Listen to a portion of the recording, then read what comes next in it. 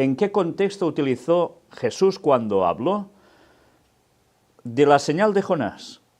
Para eso vamos a darnos cuenta precisamente de esto, que está en un contexto de juicio. Y esto no podemos obviarlo.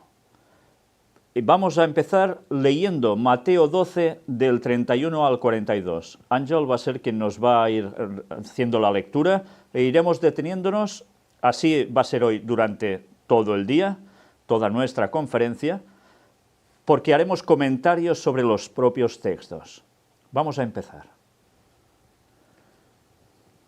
Por tanto os digo, todo pecado y blasfemia será perdonado a los hombres, mas la blasfemia contra el Espíritu no les será perdonada. A cualquiera que dijere alguna palabra contra el Hijo del Hombre, le será perdonado, pero al que hable contra el Espíritu Santo, no le será perdonado, ni en este siglo, ni en el venidero. Fijémonos como antes de llegar a leer el texto básico en cuestión, Jesús está tratando del tema del Espíritu Santo, la blasfemia sobre el Espíritu Santo, y evidentemente está ya denotando una condenación al respecto. Sigamos. O haced el árbol bueno y su fruto bueno, o haced el árbol malo y su fruto malo, porque por el fruto se conoce al árbol. Generación de víboras, ¿cómo podéis hablar lo bueno siendo malos? Porque de la abundancia del corazón habla la boca. El hombre bueno, del buen tesoro del corazón saca buenas cosas, y el hombre malo, del mal tesoro saca malas cosas. Fijaos cómo aquí está diciendo cómo podéis hablar lo bueno siendo malos. La capacidad de simular lo que no se es. Mas yo os digo, que de toda palabra ociosa que hablen los hombres, de ella darán cuenta en el día del juicio. Fijémonos, ahora ya está diciendo directamente día del juicio. Porque por tus palabras serás justificado, y por tus palabras serás condenado. Entonces respondieron algunos de los escribas y de los fariseos, diciendo, Maestro, deseamos ver de ti señal. Él respondió y les dijo, la generación mala y adúltera demanda señal, pero la señal no le será dada, sino la señal del profeta Jonás. Veamos aquí cómo ante esta situación los escribas y fariseos se sienten identificados y aún y así no se conforman con decir es verdad, eres el maestro, tienes toda la autoridad, tienes razón, sino que empiezan a buscar una excusa. ¿Y qué buscan? Pedir una señal. Y en ese contexto que les está diciendo esto es juicio, ¿qué les dice ahora? Él respondió y les dijo, la generación mala y adúltera demanda señal, pero señal no le será dada, sino la señal del profeta Jonás. Porque como estuvo Jonás en el vientre del gran pez 3 días y 3 noches, así estará el Hijo del Hombre en el corazón de la tierra 3 días y 3 noches. Fijaos cómo una vez más tiene que ver con 3 días, 3 noches, Jonás, pero ¿en qué situación? Viene en una cuestión de un juicio previo, está avisando, pero además, ¿qué añade ahora? Los hombres de Nínive se levantarán en el juicio con esta generación y la condenarán, porque ellos se arrepintieron a la predicación de Jonás. Y he aquí que Jonás, más que Jonás, en este lugar. La reina del sur se levantará en el juicio con esta generación y la condenará, porque ella vino de los fines de la tierra para oír la sabiduría de Salomón. Y he aquí, más que Salomón, en este lugar. Pues ya nos damos cuenta cómo después vuelve a hablar de juicio, de condenación directamente. Estamos viendo algo que nos va a servir prácticamente para el final del tema de hoy. No solo vamos a referir la cuestión de 3 días y 3 noches, sino que además buscaremos por qué está todo esto en medio de juicio. El texto al que hizo referencia Jesús, dado por señal, que hemos leído ahora, aparece precisamente en el libro de Jonás, capítulo 1 y versículo 17. Pero Jehová tenía preparado un gran pez que tragase a Jonás.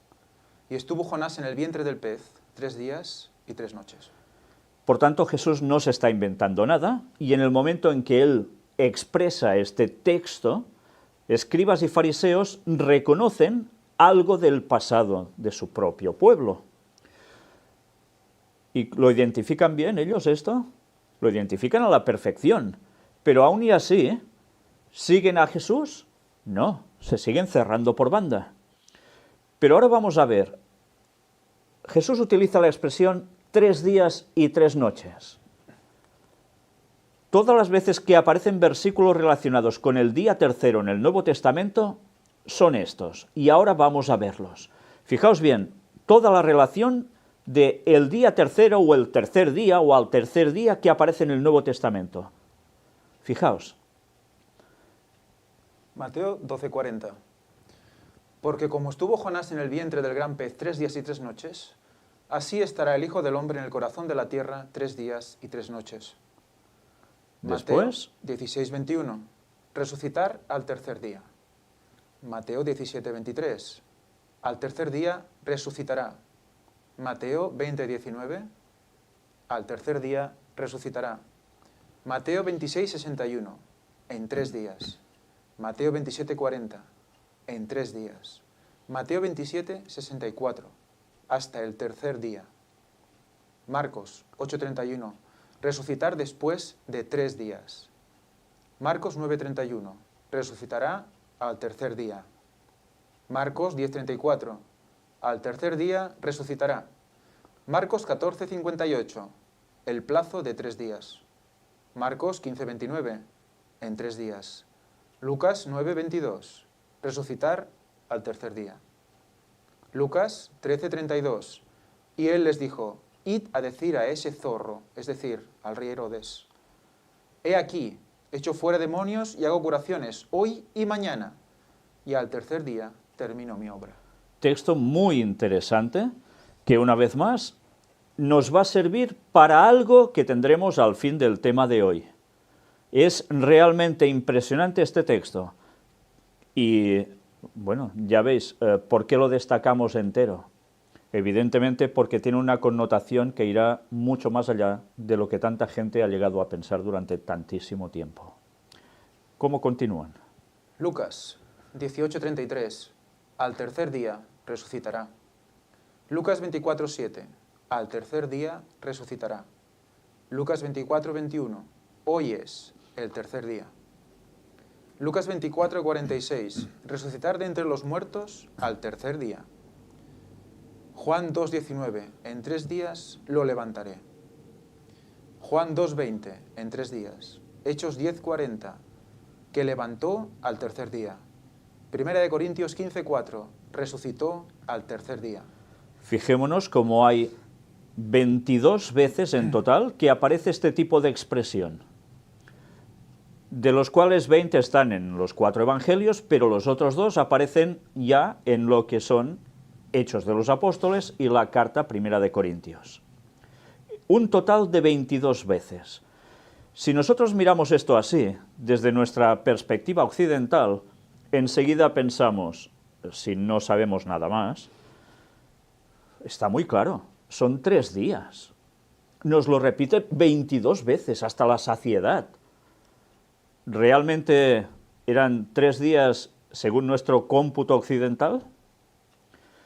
Aparece en total 22 veces. ¿Será una casualidad? 2 veces 11, aprobado doblemente por ley divina. Ni una más, ni una menos. Padre e Hijo trabajando en conjunción para dar una aprobación a lo que iba a acontecer en la vida de Cristo y algo que acontecería aún mucho después.